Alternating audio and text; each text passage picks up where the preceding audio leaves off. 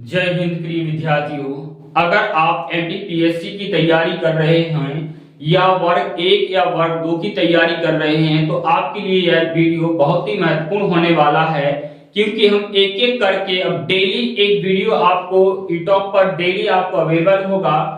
और यह वीडियो आपके लिए जो परीक्षा के पॉइंट आउट से बहुत ही महत्वपूर्ण होगा, टोटल एनसीईआरटी बेस पर आपको मिलेगा। इस वीडियो के आपको अंत तक बने रहना है। और आप समझते हैं कि जो भारतीय संविधान है, भारतीय संविधान का भाग 1 है। भाग 1 में अनुच्छेद 1 से 4 तक इसमें दिया गया है। अब हम ये समझ लेते हैं कि जो भाग 1 है, भाग का मतलब क्या होता है। जैसे कोई एक किताब होती है, किताब में यहाँ पर कुछ अध्याय दिए जाते, उस प्रकार भी भारत का जो संविधान है उसमें भी कुछ अध्याय है। क्योंकि यहाँ पर जो समझने के लिए एक साथ नहीं दिया जा सकता था, तो यहाँ पर कुछ वहां पर भाग बाई भाग यहाँ पर दिया गया, अध्याय बाई अध्याय दिया गया है। तो आज हम पहला अध्याय देखते हैं। पहले अध्याय में समझते हैं यहाँ पर कि जो भारतीय संविधान का भाग 1 है, भाग 1 में अनुच्छेद या आर्टिकल 104 तक दिया गया। आर्टिकल 1 से कहां तक दिया गया है, 4 तक दिया गया है। भाग 1 में कहा गया है संघ एवं उसके राज्य क्षेत्र, संघ एवं उसके राज्य क्षेत्र के बारे में चर्चा है। तो हम देख लेते हैं कि जो आर्टिकल 1 है, पहले यहाँ पर आर्टिकल 1 से 4 तक हमको भाग 1 में देखना है। तो 1 से 4 तक में आर्टिकल 1 में कहा गया है कि आर्टिकल 1 के अनुसार, आर्टिकल 1 के अनुसार भारत अर्थात इंडिया राज्यों का संघ है। भारत अर्थात इंडिया राज्यों का संघ है। यहाँ पर कुछ यानी शुरुआत में यहाँ पर कुछ लोगों ने जो पिटीशन लगाई हुई थी कि यहाँ पर भारत होना चाहिए या इंडिया होना चाहिए, तो सुप्रीम कोर्ट ने उस पिटीशन को हटा दिया था कि ये फालतू की पिटीशन है। Bharat that is India, Bharat अर्थात इंडिया राज्यों का संघ है। अब ये आता है कि राज्यों को पहली अनुसूची में रखा गया, राज्यों को पहली अनुसूची में रखा गया है। जो राज्य हैं यहाँ पर 3 प्रकार के क्षेत्र होते हैं। भारत में कितने प्रकार के क्षेत्र होते हैं, 3 प्रकार के। पहले है राज्य अर्थात स्टेट। स्टेट यहाँ पर अभी जो वर्तमान में है 28 राज्य हैं। और जो भारत का संविधान बना था उस समय शुरुआत में कितने राज्य थे, 14 राज्य थे। और अगर संघ यानी यूनियन टेरिटरी की बात करते हैं तो यहाँ पर कितने हैं, वर्तमान में 8 केंद्र शासित प्रदेश हैं। लेकिन जब भारत का संविधान बना था उस समय कितने थे, 6। अगर हम बात करते हैं यहाँ पर कि भारत के पास अर्जित क्षेत्र कितने हैं, तो अर्जित क्षेत्र यहाँ पर 0 है। यहाँ पर भारत के पास कोई भी अर्जित क्षेत्र नहीं है। अब समझ लेते हैं अर्जित क्षेत्र किसे कहते हैं। अर्जित क्षेत्र का मतलब इस प्रकार से आप लगाइए कि जैसे मान के चलिए कि यहाँ पर जो पाकिस्तान है, यहाँ पर पाकिस्तान का यहाँ पर जो क्षेत्र है बलूचिस्तान, पाकिस्तान का यहाँ पर क्षेत्र है बलूचिस्तान। बलूचिस्तान के साथ पाकिस्तान बहुत ही यानी दोहरा व्यवहार करता है यहाँ पर। और वहां के लोग हैं, बलूच लोग हैं, यहाँ पर आजादी के लिए बहुत सारी चीजों का यानी भारत समर्थन भी करता है। वो बलूचिस्तान कहता है कि हमको एक ना एक दिन पाकिस्तान से अलग होना है। और अगर भारत यहाँ पर अपनी सेना को लगा देता है या कुछ भी सहयोग कर देता है, तो यहाँ पर आप समझिए कि यहाँ अगर जो भारत इसको अगर जीत लेता है या सहयोग करके, तो भारत के पास क्या हो जाएगा, एक अर्जित क्षेत्र हो जाएगा। लेकिन अभी भारत में वर्तमान में कोई भी अर्जित क्षेत्र नहीं है, क्योंकि भारत की शुरुआत से नीति रही है कि पहले से किसी भी देश पे आक्रमण नहीं करता है, और अगर बाद में कोई करता है तो छोड़ता भी नहीं है, ये भी नीति है। अब यहाँ हम समझ लेते हैं कि आर्टिकल जो 2 है, आर्टिकल 2 में कहा गया कि संसद राष्ट्रपति के पूर्व यानी पहले अनुमति यानी सूचना पर किसी विदेशी राज्य को भारत में मिला सकता है और उसकी स्थापना कर सकता है। किसी भी विदेशी राज्य को अगर संसद चाहे तो संसद राष्ट्रपति को पूर्ण अनुमति से ही किसी विदेशी राज्य को भारत में मिला सकता है और उसकी स्थापना कर सकता है। जैसे हम समझते हैं यहाँ पर कि यहाँ पर 16 मई 1975 को सिक्किम को भारत का 22वां राज्य बनाया गया था। सिक्किम को भारत का 22वां राज्य बनाया गया था। इसके लिए क्यों बनाया गया था? जो सिक्किम था ये पूरी तरीके भारत का हिस्सा नहीं था, लेकिन अभी वर्तमान में भारत का हिस्सा है और ये 22वां राज्य है। इसकी थोड़ी सी हम कहानी को समझ लेते हैं। कहानी क्या है कि यहाँ जैसे ही यानी अगर विश्व के मानचित्र में देखते हैं तो भारत के थोड़े ऊपर आपको जैसे ही चीन है, वो चीन का जो नीचे का इलाका है तराई क्षेत्र है, उस तराई क्षेत्र में जो हिमालय का क्षेत्र है वहीं पर आपको मिलता है तिब्बत। और तिब्बत में वहां के जो गुरु थे, वहां के जो शासक थे वो दलाई लामा थे। दलाई लामा को 1959 में वहां की जो चीन ने वहां पर उनके ऊपर यानी पूरी तरीके से चीन ने तिब्बत के ऊपर अधिकार कर लिया। वहां के लोगों को यानी बहुत ही तरीके से यानी मारा और इधर के उधर उनको फेंक दिया गया। भयंकर तरीके से उनको मारा और 4 सदस्य तो चारों जगह उनको यानी भगा दिया गया। इस हिसाब से यहाँ पर जो सिक्किम था, सिक्किम डर गया था। सिक्किम क्या है, पूरी तरीके से डर गया था। उन्होंने कहा ऐसे नहीं कि हमारा क्या है हाल तिब्बत की तरह हो जाए। तो सिक्किम ने सोचा कि क्यों ना क्या है भारत एक हमको क्या है सभी देशों में एक उसकी छवि है, बेहतरीन है, तो क्यों ना हम भारत में मिलकर देखें। तो भारत से जो गुजारिश की सिक्किम ने कि हम आपको भारत में मिलना चाहते हैं, उन्हें कोई दिक्कत नहीं। उन्हें कहा कि आप क्या है, ऐसा नहीं कि आप तिब्बत की तरह यानी चीन की तरह तो नहीं करोगे हमारे। हमने कि भारत ने कहा कि ऐसा कुछ भी नहीं, अगर आपको कोई दिक्कत है तो एक काम कीजिए, आप हमारे में पहले आप मिलकर देखिए। तो संविधान में यहाँ पर 35वां संविधान संशोधन किया। 35वां संविधान संशोधन 1974 में यहाँ पर सिक्किम को सहराज्य बनाया गया। सिक्किम को सहराज्य बनाया गया पहले, और सिक्किम को जैसे ही सहराज्य का दर्जा दिया गया, इसको आर्टिकल 2A में रख दिया गया। आर्टिकल 2A में रख दिया गया।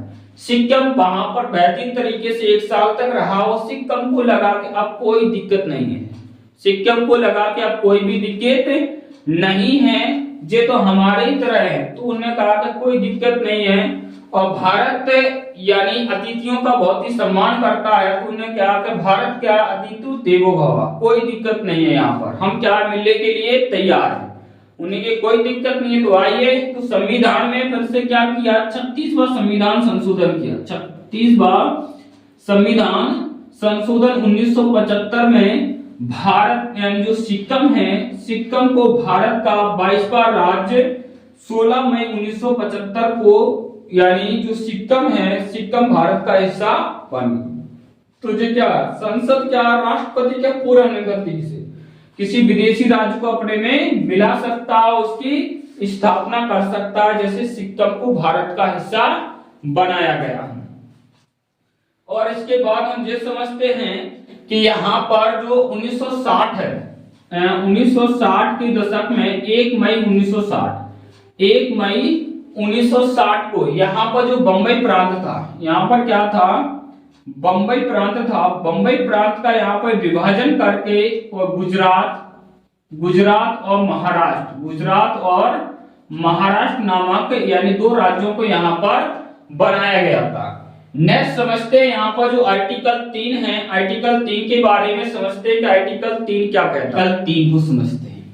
आर्टिकल 3 में क्या दिया गया है कि संसद राष्ट्रपति के पूर्व यानी पहले से ही अनुमति यानी सूचना से भारत के किसी भी राज्य का नाम बदल सकती है, सीमा को बदल सकती है, उसके क्षेत्र को बदल सकती है, आदि में परिवर्तन कर सकती है। जैसे किसी भी राज्य की जो क्षेत्र है उसको बढ़ा सकती है संसद राष्ट्रपति के पहले अनुमति देकर ही, और किसी का जो राज्य है, राज्य के जो क्षेत्र को घटा भी सकती है और राज्य की जो सीमा है उसमें परिवर्तन कर सकती है। मतलब राज्य की सीमा को घटा सकती है और बढ़ा सकती है। किसी भी राज्य के जो नाम है उसको भी बदल सकती है। जैसे अगर हम देखते हैं यहाँ पर कि जो 1 नवंबर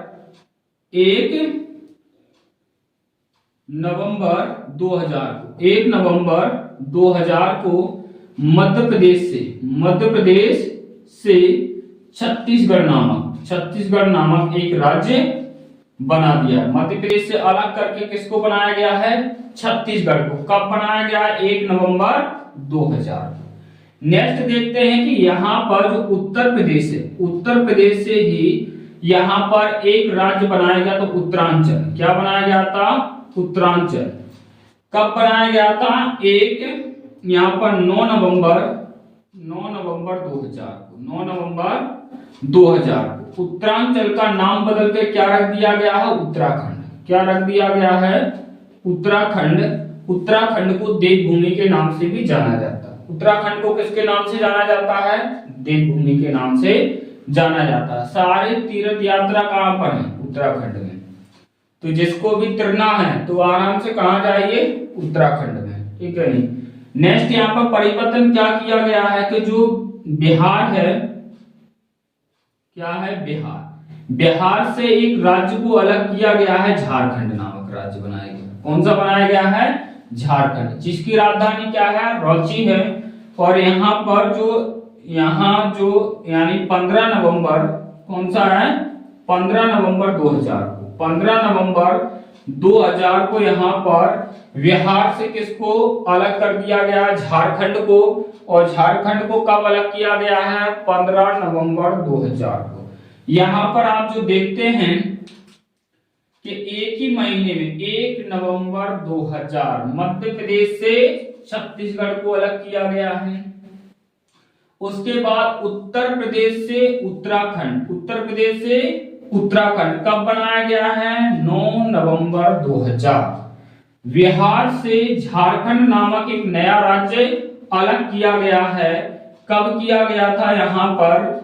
तो 15 नवंबर 2000 को, 15 नवंबर 2000 को। यानी 2000 में यहाँ पर एक ही महीने में, नवंबर के महीने में 3 राज्यों को संसद ने यहाँ पर पूरा यानी तोड़कर अलग कर दिया गया। एक राज्य के 2-2 राज्य बना दिए गए हैं।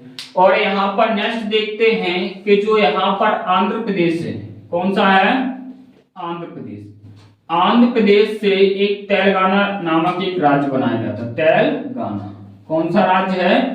तेलंगाना। कब से बनाया गया था? 2 जून 2014 को, 2 जून 2014 को एक नया राज्य बनाया गया था। और भी हम देखते हैं कि यहाँ पर जो 31 अक्टूबर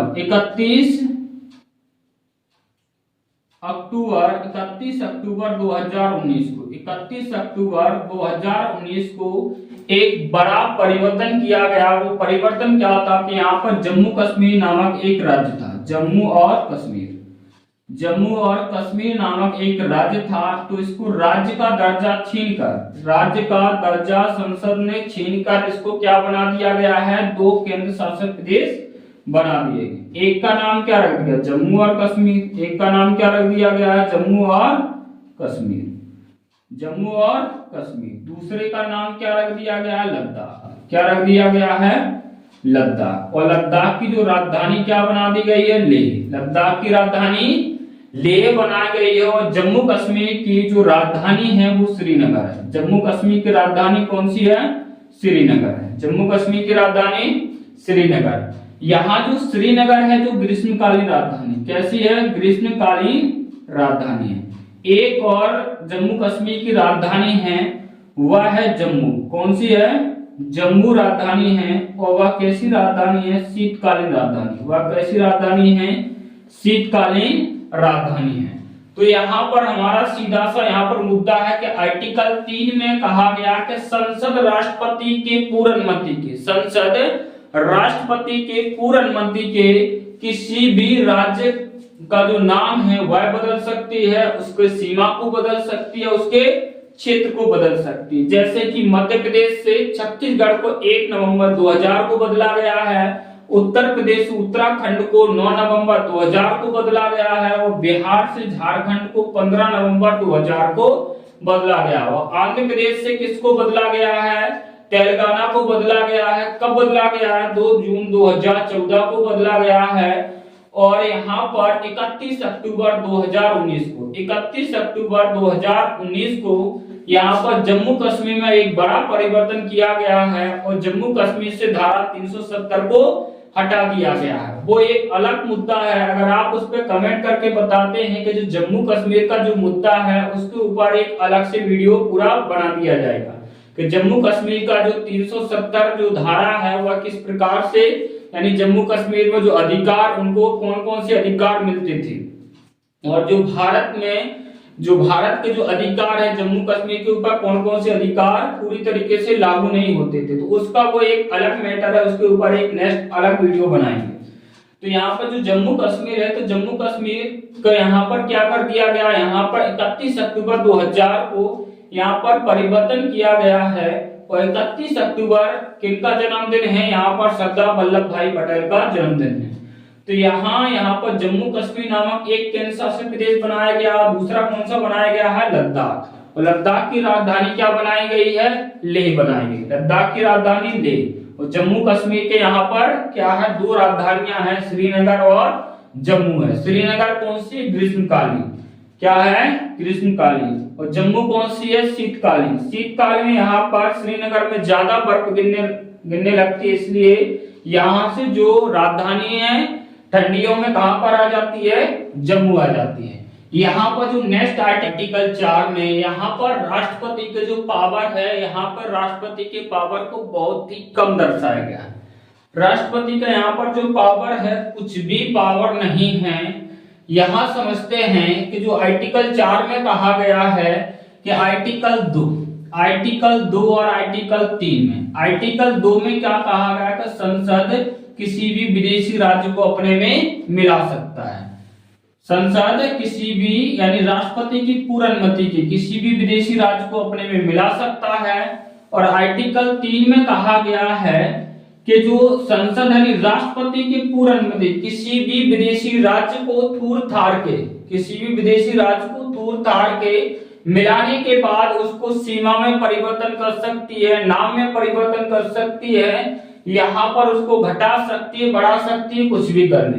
तो आर्टिकल 2 और आर्टिकल 3 में किया गया संशोधन, आर्टिकल 2 आर्टिकल 3 में किया गया संशोधन आर्टिकल 368 से बाहर रखा गया है।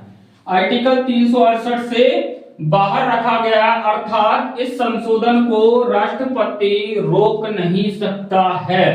तो राष्ट्रपति का जो पावर है, शक्ति है, यहाँ पर 0 है। राष्ट्रपति की पावर और शक्ति 0 क्यों है, आइए देखते हैं।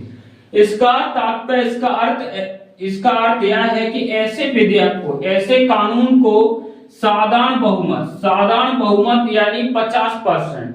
तो यहाँ पर आप जो देखते हैं कि अगर यहाँ पर पूर्ण बहुमत की सरकार है तो ऐसे विधेयक को जब चाहे तब वह चुटकियों में सुलझा सकती है और उसको बदल सकती है।